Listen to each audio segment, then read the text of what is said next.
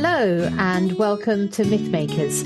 Mythmakers is the podcast for fantasy fans and fantasy creatives, brought to you by the Oxford Centre for Fantasy. My name is Julia Golding. I spend most of my time as an author and screenwriter and very creative person all round, but I also direct the centre, so that's what I'm doing here. And joining me today is regular co-presenter Jacob Renneker, who is sitting over in, I think it's Seattle, isn't it, Jacob? It is. Yeah. And Jacob is a Tolkien expert and also involved in the creation of board games. So having a sort of different creative expression of fantasy. Okay. So what are we talking about today? Well, I've been thinking about orcs, as one does. And they are quite a problematic aspect of Tolkien's world in many ways. So I thought we would devote today's podcast to a deep dive into the world of orcs. So just before we get into the Lord of the Rings version of orcs, I just want to go back to the origin of the word, because some people may not realize that the actual word comes from Old English. Of course it does. We're talking about Tolkien. And if you go to the Encyclopedia Britannica and look up orc, you find there are two roots for the name, and both are interesting. So the one which is less relevant to Tolkien is that orc is a reference to a sea monster, which is from the French orc or the Italian orca, which all comes from Latin, which is why one of the words for a killer whale is an orca. So there's an element of like a sea monster somewhere floating around in that meaning. But Tolkien himself probably reached for the Old English version of this, which means a demon or an ogre. And it appears in Old English in compound words such as Orkneas, which means monsters, in the poem Beowulf, which we all know was one of Tolkien's favourite and one he spent much scholarly time pondering. Possibly there is some derivation from the Latin word orcus, a god of the underworld. So I think it's that side of the English language that Tolkien was drawing on, but it does mean that he was, as ever, finding a new meaning for a very old word. So, Jacob, help us out. What are orcs when it comes to Tolkien's world? Yeah, that's a good question. I think, Tolkien, being very familiar with Norse myth as well, the Jotun, the giants in Norse mythology, and we had a whole conversation, you and I, about giants. Yeah. So one of the terms that's used for giants, Theirs, I believe, was translated in Old English using that term, the orc. So there's a tie between giants, otherworldly creatures associated with darkness, underworld, death, and orcs. So yeah, there's the natural connection there.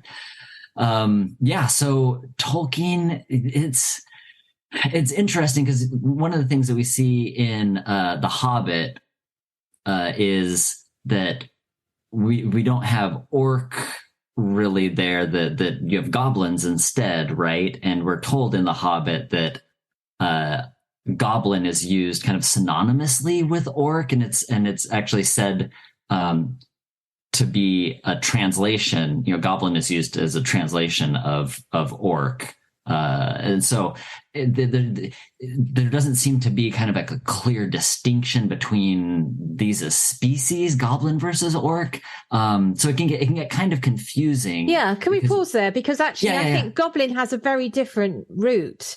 So if you look at Victorian fantasy, like The Princess and the Goblin, so those books, goblin does seem more of a folk story figure that's been around. And orc seems to be coming a little bit from the outside, from the cold of Beowulf and, way back in medieval time, Middle English times. No, Old English times. Sorry, get this right. So I don't buy that as a thing. I feel as though that's not a great translation, because the goblins in The Hobbit do behave more like goblins than orcs with their songs and their, they're a bit more cheery. Yeah. Well, you have in Two Towers, you have goblin soldiers that are specifically referred to, right?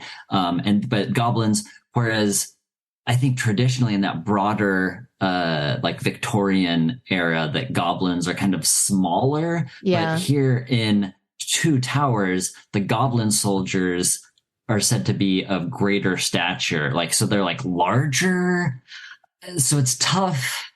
I don't know. I would love to see a taxonomy of orcs in general and goblins and other fell beasts. Okay, so we'll just accept that even if there is a bit of a Victorian blend happening here, that what we think of as goblins under the mountain in The Hobbit are in some way related to orcs. Yes, right. Okay, yeah. So we'll accept that, and we'll move on to Lord of the Rings. So let's talk about where they come from, because I know this isn't an easy question. So are orcs, and we're not talking about Uruk-hai yet, are orcs ruined elves? Yeah, it depends. It depends on where you're dipping into Tolkien's writings, right? The earliest origins for orcs, right? Book of Lost Tales is describing orcs or goblins, right? So sometimes Tolkien's using those interchangeably. They're coming from stone, right? They're coming from subterranean heat and slime, and it says their hearts were of granite and their bodies deformed. So they almost seem to be made out of clay, right? They're dirt, so a bit like dwarves that went a bit wrong or something. Exactly. No, and there's the parallel there, and that comes in a little bit later, kind of as Tolkien is teasing out the theological implications of orcs, is comparing them to dwarves, right, which are different types of creation and sub-creation, who's creating them and who's allowed to create and who can give life in Tolkien's world. That's a big issue in Tolkien's mind, and why I don't think he ever kind of finally settles down on a specific origin for orcs in the big picture. But from the beginning, so possible origins, earliest conceptions that Tolkien has are they're just kind of made from stone, kind of and from the earth. But from the ickier places of the world, hotter, slimier places, whereas maybe Aule is taking the nice prettier clay that has really nice tones, maybe some streaks of different colors in there, because he's a craftsman, so he's probably taking greater care, whereas Melkor is just kind of really just slapping it all together. Yeah, right. Okay, so that's a possibility. And the underlying principle here is in Tolkien's theology, and actually surely in our world too, that the origin of life is very difficult to pinpoint. And within his theology, only Eru, Iluvatar should be creating life. So when the dwarves are created sort of,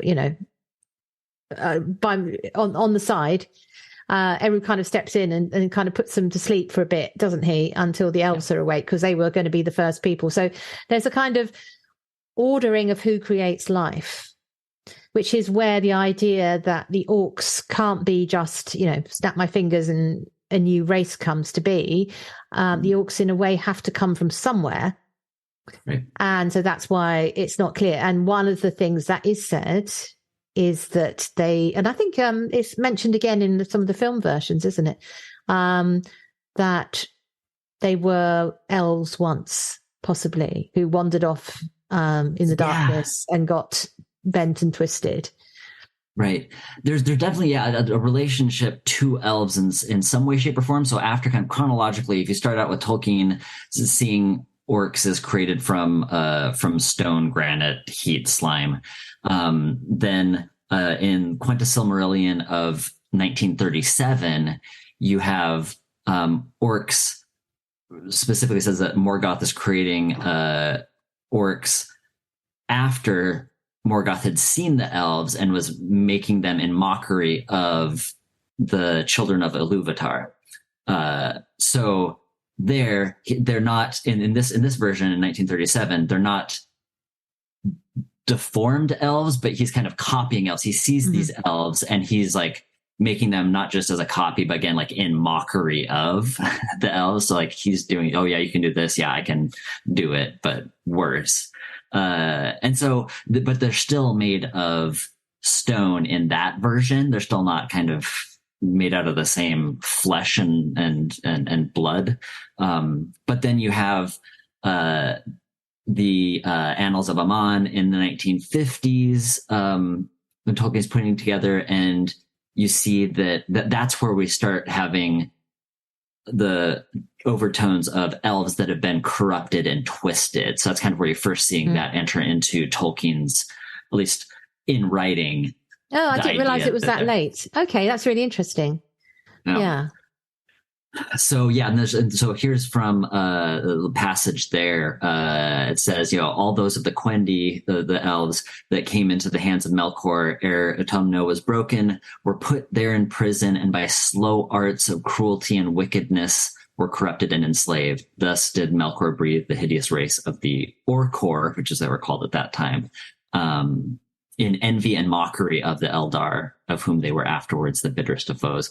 And then this is actually what's then adapted. What follows here is adapted in the published Silmarillion that Christopher Tolkien publishes. So some of this other language that follows will be a little bit more familiar. Right, it says that in their deep dark hearts, the Orcor loathed the master whom they served in fear, and maker only of their misery. And then it talks about. This maybe was the vilest deed of Melkor and the most hateful to Eru. So this was seen as like being a very bad thing, because he's taking existing life and then twisting it to these perverse ends. And so that's seen as greater than him just creating something out of stone and being a mockery in the image of. This is actually dealing with life itself, living beings. And that's despicable in this particular, kind of theological framework. So before we go and talk about the different kinds of orc under that umbrella, do we have any idea how they reproduce? Because none of the orcs that we meet seem female. They may be, I don't know. They could be gender fluid or whatever. But is there any sense of, are they in a laboratory? Are they spawned like, larva? Or do we know? This is a good question. Well, in that same passage, it says, again, from this early, the Annals of Aman, that then is adapted into the Silmarillion section that talks about orcs. It says, the Orcor had life and multiplied after the manner of the children of Iluvatar. Sort of suggestion that they're reproducing biologically there. Okay, so there's going to be some kind of ability to have orc babies somewhere in the, which is quite interesting to think about. Right. Okay, and within that, do we have any sense how long they live? Any of that kind of thing? So obviously, if they are after the children of Iluvatar, they have a sense of they live an awful long time, or are they more like dwarves who live and that's extended lifetimes but do die? And that again, it appears to be that's an issue that Tolkien's trying to work through, because if they are derived from elves, then they're going to have this serial longevity, right? That they're essentially made of the same stuff.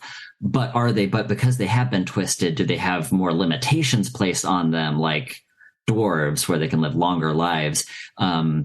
We have examples, and we can talk later about some of the specific orcs that we have named in different works. But one of them is referred to, Gorbag says that he lived longer than regular orcs did. So there's, at least there we see that orcs have a particular lifespan, and that this one had a longer lifespan than most. Yeah, though one suspects there isn't much of a retirement plan for an orc.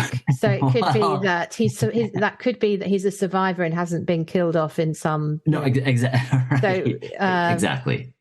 Yeah. So we don't know. I think was an element that's probably. Yeah. And this depends also. So one of the other avenues that you have that Tolkien is playing with even in that passage that I mentioned here that said that orcs were kind of twisted from elves and then multiply after the manner of the children of Iluvatar, is in the margins. Tolkien wrote, "Alter this. Orcs are not elvish." Okay. So he's written both, but that was afterwards.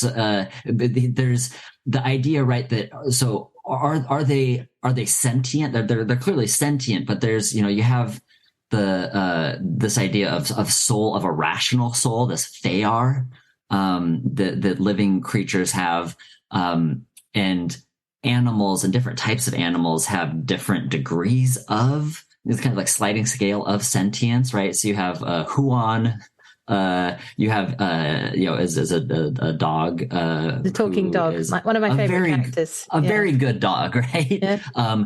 Who has, right? So he's an animal, but he has speech and like volition, and then you have that similarly with the eagles as well, right? So they seem to be set apart from the natural kind of regular beast of the and the field. Dragons, they also speak, right? Yeah. So this is messy, and so to complicate things further, then you have in an appendix to an essay on the Quendian Eldar that Tolkien's writing in 1959 and 60.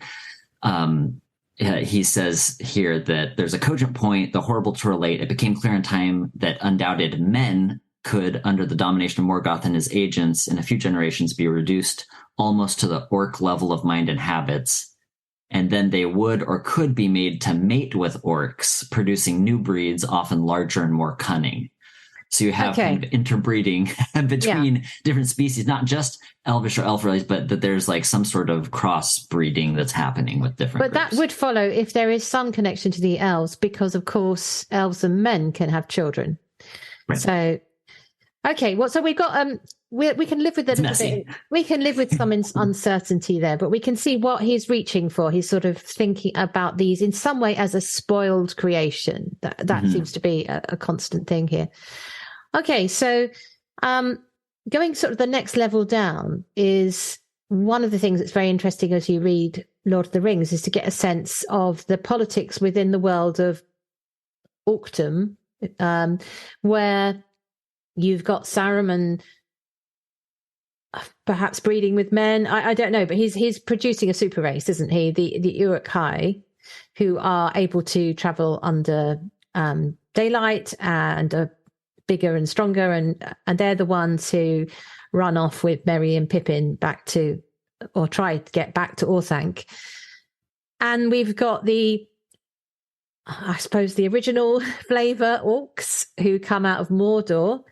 So if we give them names, if you're referring to that passage, the original flavor orc is Grishnak and the Uruk-hai is Ugluk. And there's clearly tension between those two groups. And they all look down on the orcs who are coming out of the Misty Mountains to avenge their captain. So there does seem to be a bit of politics within the orcs. Now we can see where the Uruk-hai are coming from, because you can imagine Saruman applying his magic to that problem and doing a bit of bioengineering. And we can see the Mordor orcs, but then you go to the next level down when you get with Sam and Frodo into the borders of Mordor. You find that the original flavor orcs are also hugely divided by their jobs and where they're stationed. So you've got the two orcs who are the ones carrying Frodo into the tower at Cirith Ungol, and then there's a big punch up and they kill each other, the two sets of orcs. But also Shagrat and Gorbag, which thank are you. great names. Yeah. And then there are two unnamed orcs, I think, a bit later on, who Sam and Frodo overhear, who are tracking them, and they are called the Soldier and the Tracker. One's like snuffling along the ground, and the other one is sort of like leading him in a way. It's like his kind of minder. It's almost like a dog owner type thing, except they talk to each other. So Tolkien really did think through. His orcs aren't all one kind of orc. There's a whole series of a sense of a community, if that's the right word. But there is a sense of a realpolitik of orcs that gives them a little bit more definition than just the, the massed armies in you see on the screens when there's a battle sequence in any of the films or whatever. Are there any named orcs outside Lord of the Rings, like in the Silmarillion? I couldn't think of one, but that may be just my ignorance. I couldn't think of any. There is the one who from The Hobbit who kills the one who became a hero character, a hero orc character in the films. Sorry, I'm forgetting his name. He's the one who Thorin has the big set 2 battle with. So I think there is a couple there whose names are plucked from the history of the dwarves, but there isn't really a lot of focus on orcs in Silmarillion, is there? They seem to be, less of a problem. I mean, they are the massed ranks, but they're not. They tend to be more interested in fighting dragons and other sorts of things in the First Age. Right. Yeah. Okay. Right. So moving on, before we talk about the actual characterization of orcs, let's deal with the problem of orcs, which is the way Tolkien has written about the orcs and the period in which he is writing. People have begun to relate it across to the whole sort of eugenics movement and sort of ideas of racism, the tarring of everybody of the same brush who's of one race, the lack of differentiation. Is everybody really all bad in this race? That stuff. Do you have any thoughts on that at all? Do you think that he's a man of his era, of course? He is. But should we be worried about accepting this great raft of characters as bad guys just because who they're born? Yeah, I think this is what one of the issues that Tolkien had, especially later in life, as he's thinking through the theological implications of orcs and their sentience. Again, are they living? So what happens when orcs die? Right. So if they have a rational soul, if they're derived from elves and they're elvish, and that means that they're taken to Mandos, to the halls of waiting, or like that and then they could be are they rehoused into another body? Are they not? Is there some sort of, judgment placed on them? That's what he's trying to figure out. And because if they are rational, if they do have will, and they're not inherently evil, then what does that mean? And so I think he seemed to be very uncomfortable with just having them all pure evil, that because they were life, even though it was corrupted life, that it was still life nonetheless, that came from ultimately the creation of Ero Iluvatar, right? That there's something that can't be completely evil in them. And so I think, so he was wrestling with that question even till the end. So I think you see the depictions even in people, I think you referenced this before, Julia, is Lewis's response to that. I don't know if you want to speak to Lewis's review of The Two Towers and how he dealt with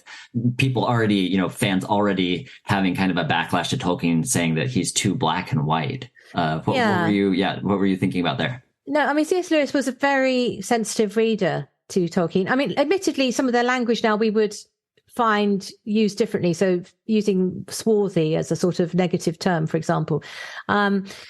But putting that aside and allowing them to be men from the middle of the 20th century, C.S. Lewis goes on to say, I think some readers seeing and disliking this rigid demarcation of black and white imagine they have seen a rigid demarcation between black and white people. Looking at the squares, they assume, in defiance of the fact, that all the pieces must be making bishops' moves which confine them to one colour. But even such readers will hardly brazen it out through the last 2 volumes. Motives, even on the right side, are mixed. And he goes on to say, those who are now traitors usually began with comparatively innocent intentions. Heroic Rohan and Imperial Gondar are partly diseased. Even the wretched Smeagol, till quite late in the story, has good impulses, and by a tragic paradox, what finally pushes him over the brink is an unpremeditated speech by the most selfless character of them all. He's referring to, Sam, sort of talking about him sneaking off, that bit. So I think that he was aware. I think, put it like this, if Tolkien was writing today, he would completely clear away any association that we have with a sort of black and white people aspect to make sure it's absolutely clear, because he's not actually doing that. And he is, when you look at his people on the white squares in this context, they are veering around all over the chessboard. So you've got Denethor, for example, who's, doing a knight's move really rather than a bishop's move. So I think that's quite a good way of looking at it, to say, to not spoil your enjoyment of reading by thinking it's not actually, it is more nuanced than you may think. Mm-hmm. And also I'm very pleased that any sort of visual versions of this that we've had in the 21st century have clearly chosen, let's not go down a skin tone route for these people. Let's make sure that they are sort of neutral in that sense. So you get, very chalk white orcs, and you get ones who look like they need a bit of sun, and you get some who are darker toned and leopard striped. That's the way to go, is to think it's, let's not make it into a racial eugenics, let's not ruin orcs yet further by doing that to them. Yeah, it's good to be sensitive to it, because it absolutely is, and it has, and to be completely fair, it has been used by fantasy authors who have picked up on orcs, the idea of orcs in those sorts of ways that weren't nuanced. And I mean, but before going to that, the Silmarillion is written from the elves' perspective, right? And so it's of their concerns and what where their minds are, what they're most concerned with. Hobbit, Lord of the Rings, Tolkien was very intentional about the frame narrative, right? Who's writing it, where it's being translated from, right? Who's passing it on?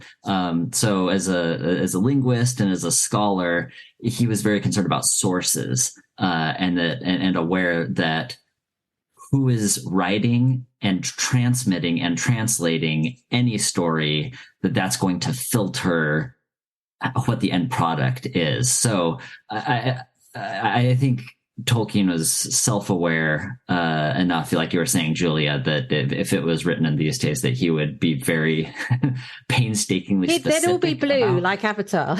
Maybe you're right, yeah. So, but some people, I think, have used orcs as an excuse to perpetuate ideas of like an entire race, or to essentially give you license for a lack of nuance in a character. So the author N.K. Jemisin, who's written some really lovely fantasy and sci-fi works, somebody asked her why she didn't include creatures like orcs in her fantasy writings, and what she said was, and I think this gives a glimpse on like how orcs can be used in that very negative sense. She says, orcs are fruit of the poison vine that is human fear of the other. In games like Dungeons and Dragons, orcs are a fun way to bring faceless, savage, dark hordes into a fantasy setting and then gleefully go genocidal on them. And then she goes on to say that they're an amalgamation of stereotypes representing a kind of sort of people who aren't worthy of even the most basic moral considerations, like the right to exist. Yeah, and it does become problematic when it leaks into the real world, because I have heard, understandable from the point of view of the suffering involved, but some of the social media talk about the Ukraine-Russia context, the war there, refers to the Russian army as orcs and Russia as Mordor. And you can see why they're reaching for that, but the danger is it misses out on the humanity of all the people involved in that conflict, even if they're in the wrong side of it. And that's why it's problematic, because, of course, that's what the Nazis did to the people they didn't like. You treat them as subhuman, and therefore you don't have to worry about human rights. So I think always check what you're doing with orcs. That's why they're problematic. I think moving on from the racial aspect of this, because Tolkien's world is a world where sentient beings are more than one race. That's just the way he set up his fantasy. I think there is grounds for saying there is a classist aspect to the way he characterizes orcs. So you could actually look at it. If you're going to complain, you could say, why do they all speak like union reps who from sort of mining communities up north or something? There is an element of that. So when we do see the individual orcs arguing, there's a lot of sort of oi, gore, all that stuff. And when they do talk, it does sound like a union meeting that's gone wrong, where they're complaining to each other. So I'm just looking at in the Two Towers, when they're about to be struck down by Rohan, they're all sort of arguing about, what they should be doing in their strategy. But it's all sort of in what I recall. It's quite a nuanced thing, but in English, it sounds like what you might do for a working class person. You, Lugdush, get 2 others and stand guard over them. They're not to be killed unless the filthy whiteskins break through. Understand? As long as I'm alive, I want them. But they're not to cry out and they're not to be rescued. So it's kind of thug speak. Yeah, it's thug speak. So they don't, whereas all the, the refined Gondor people say, verily I deem that thou shalt do this, that, and the other. He's gone that way. And again, in The Return of the King, when we've got the really interesting insight to what the orcs know about the war, that's one of my favorite passages, when these unnamed orcs are talking. The big orc is saying, not much use are you, you little snufflers. I reckon your eyes are better than your snotty noses. Then what have you seen with them? Snarled the other. Gone. You don't even know what you're looking at. Who's to blame for that? Said the soldier. Not mine. That comes from higher up. And he goes on to explain the rumours that the common soldier is getting from what's happening over in Barad-dûr and elsewhere. So this is where it kind of humanises is the wrong word, but you get a sense of their labour grumbles and their policies. And it does seem to me taken from, like Garn, he's going for a working class commoner's dialect for the orcs. So there you go. A little bit of issue there, perhaps, but it's a translation, isn't it? Of course. Yeah. It's a translation. So we can blame the translator. Right. So do you have a favourite orc? So we've got Gorbag, Ugluk, Shagrat, you got Grishnak. Lugbirds, Grishnak, yeah. Do you have a favourite? Snaga. Yeah, so it's interesting. I think so Snaga is sometimes used as like a derogatory term by Uruk-hai for some of the other, lower caste orcs, but it's also a proper name for one of the orcs who brings Pippin and Merry to Isengard, and the proper name of another orc who mistakes Sam for an elf warrior in the Tower of Cirith Ungol. So it's like the name like Steve or John, like a common name, right? So like what? Well, maybe something like Titch or Maggot or something. In orc speak, I'm sure it means something like that. Yeah.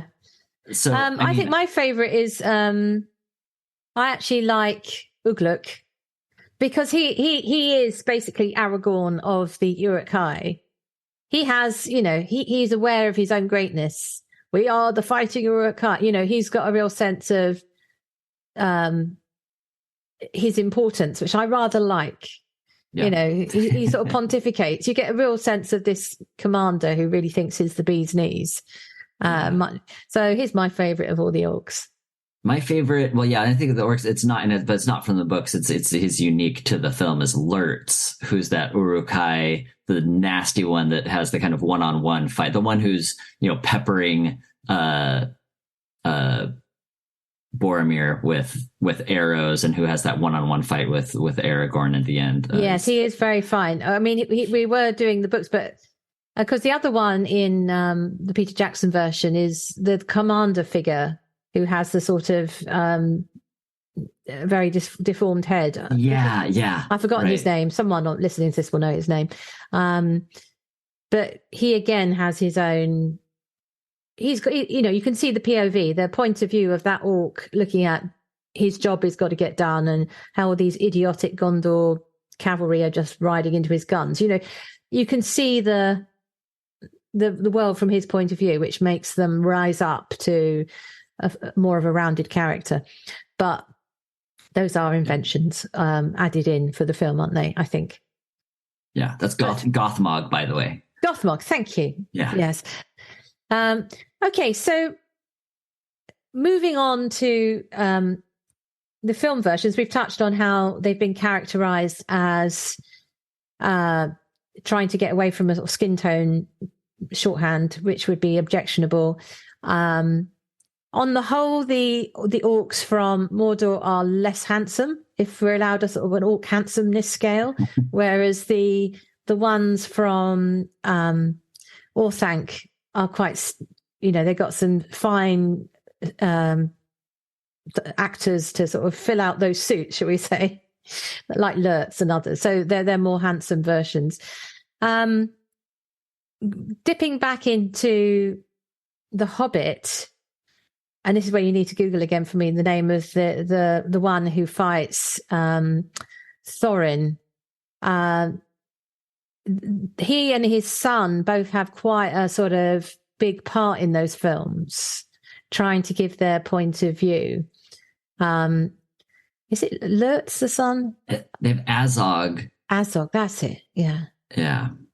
But there was quite a lot of criticism of that character as well. People didn't warm to it as there was some problems with an overextension of that series anyway, but I don't know. I don't think they really worked as well as the Lord of the Rings version of the Orcs for some reason. And I can't work out why. Maybe it's because we don't... I don't know. I think the problem about those films is the real enemy is Smaug for most of the film. And then Smaug dies, and then we get the Battle of the Five Armies. That's one of the structural problems of The Hobbit, and which is seen as you go into a film, that it feels a bit broken backed. So the drama with the orcs or the goblins or whatever we're calling them is a bit disconnected from the Smaug threat. I don't know. So I can see why it was difficult to film. What would you have done? I don't know. You don't know? I don't know. I'd quite like to recut that film and just keep it to the Tolkien material and see what it looks like. And there's people that have done that have done The Hobbit, the Bilbo cuts. They've taken the all three films and cut it down to essentially the length of a single film, where it's really, I think I'd like that. Hew closer. Yeah. As much as I like, the acting and everything is, and the look and everything is fine. It's just somehow it doesn't quite mesh. Yeah.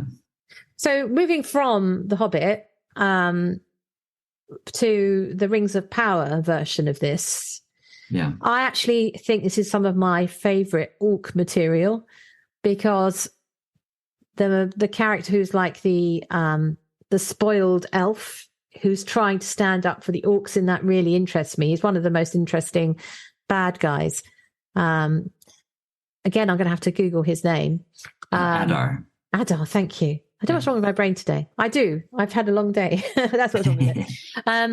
But that, to me, seems to be a kind of... That's what you need to do with orcs. If you're doing a modern writing, so well done the screenwriters there.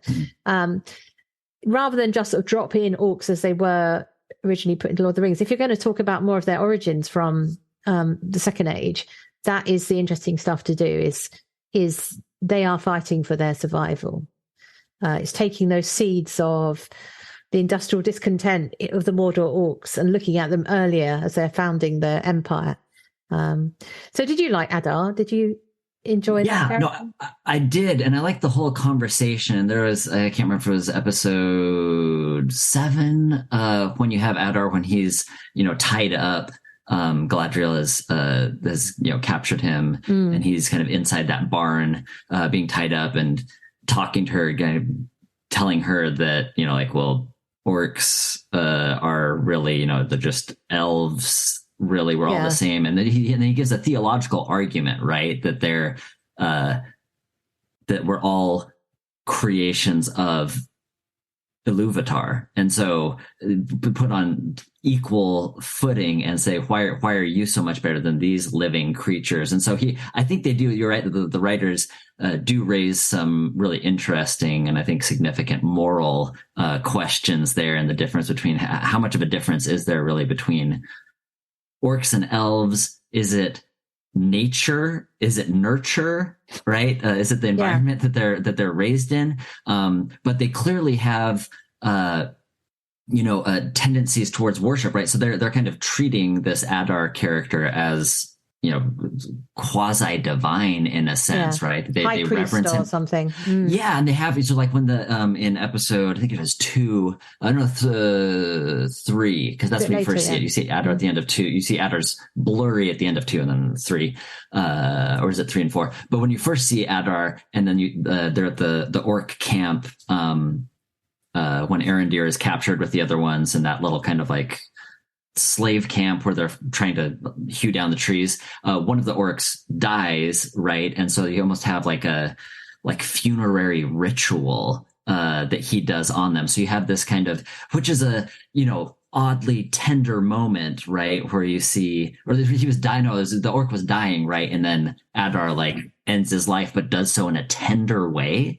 So it's kind of like a ritual death, end of life, where the orc wanted that to come from this character. So you have more of a sense of like a culture, right? Yeah. A sense of a worldview that they're fitting within and that they're living within that is different from yours. But for them, you see that it is compelling and encompassing in a way that they find meaning in a sense. And that's something that we haven't really seen before. So I like you. Yeah, I did really appreciate seeing that from a kind of a cultural perspective. Yeah. And then, so just moving on slightly from the sort of screen versions, we need to recognize that there are some book extensions of this. Like the Stan Nichols series called Orcs. I haven't read it actually. I don't know. I was just reading about it and I was aware of it, and it seems to be like a fun satirical take, with the orcs being the sort of boisterous heroes and the humans being the enemy. So, and you were mentioning you also see orcs in spin-offs in Dungeons and Dragons, and of course in those kind of video games and so on. So people are asking those questions and finding out what they think an orc might be in other worlds, in other fantasy worlds, should we say? Well, and interesting about the Dungeons and Dragons, it was 2020 Dungeons and Dragons Wizards of the Coast kind of revisited their race system, right, for characters, and in 2021 specifically are talking about saying like races like orcs, goblins, and dark elves. Usually they were identified as typically evil, right? It's just like the default is evil, but now it specifically says that any of those races, they may be good or evil as defined by how they're acting. And according to the will of the player that's playing them. So they're being more sensitive to some of those possible abuses of taking those races and essentializing them as evil, as the corrupt other, or whatever. Yeah, exactly. The ones you don't have to worry about. Right. Yeah. Okay. So thank you. I think we have done our deep dive into the problem of orcs. And I've certainly learned quite a few things. So I hope that's helpful to people who are listening. And we always end with where in all the fantasy worlds is the best place for something. And it's absolutely obvious that we have to decide where is the best place to be an orc. So, Jacob, have you had a chance to think about this? Where would you like to be an orc? It's hard. And I think I have to say Middle Earth because it's Middle Earth. And like, at least, even if I was an orc, at least I would be in Middle Earth.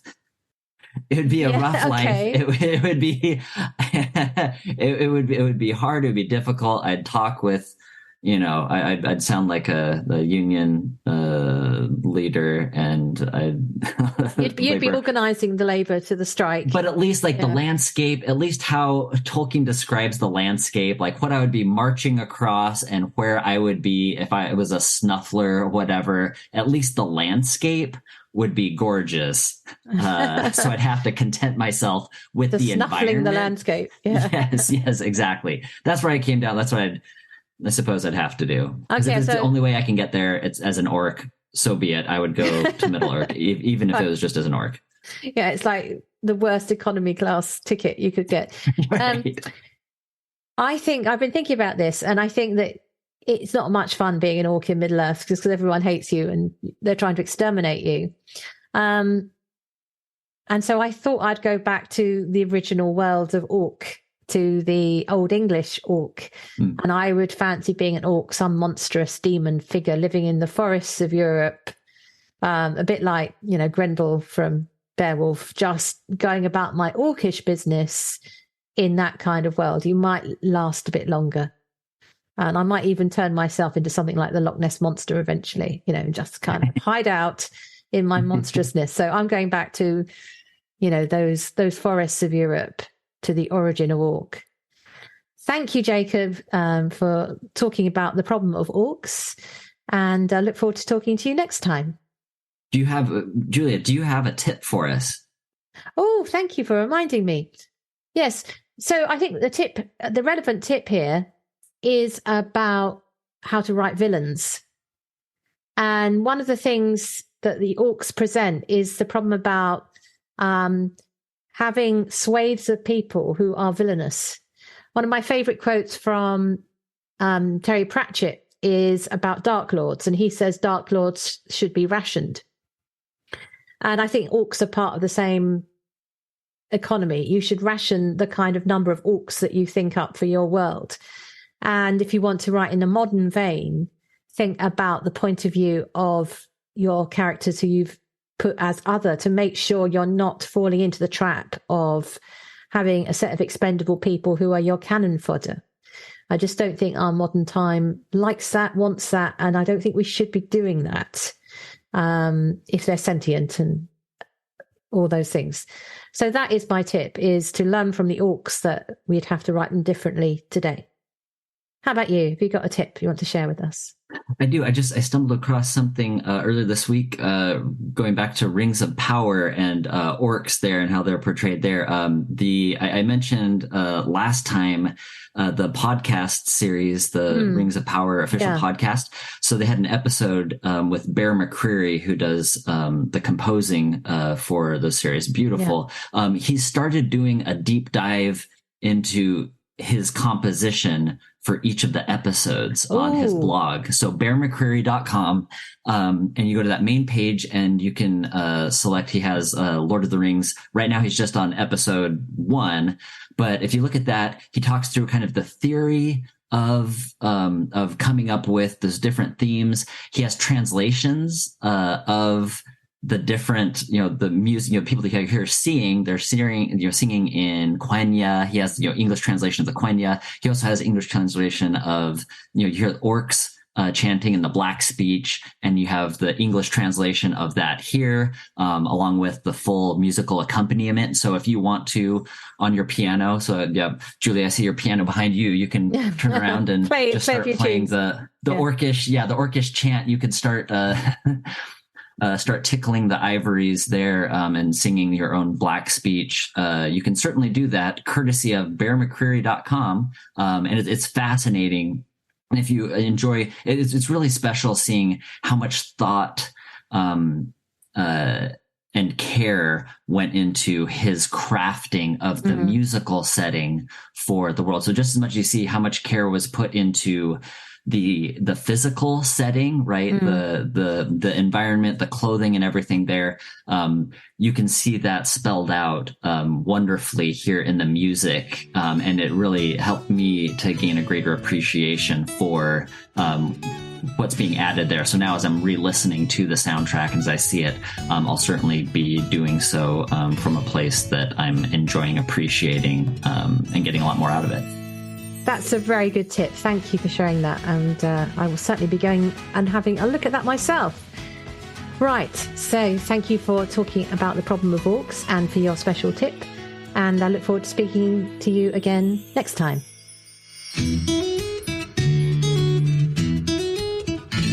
Thanks for listening to Mythmakers Podcast, brought to you by the Oxford Centre for Fantasy. Visit oxfordcenterforfantasy.org to join in the fun. Find out about our online courses, in-person stays in Oxford, plus visit our shop for great gifts. Tell a friend and subscribe wherever you find your favourite podcasts worldwide.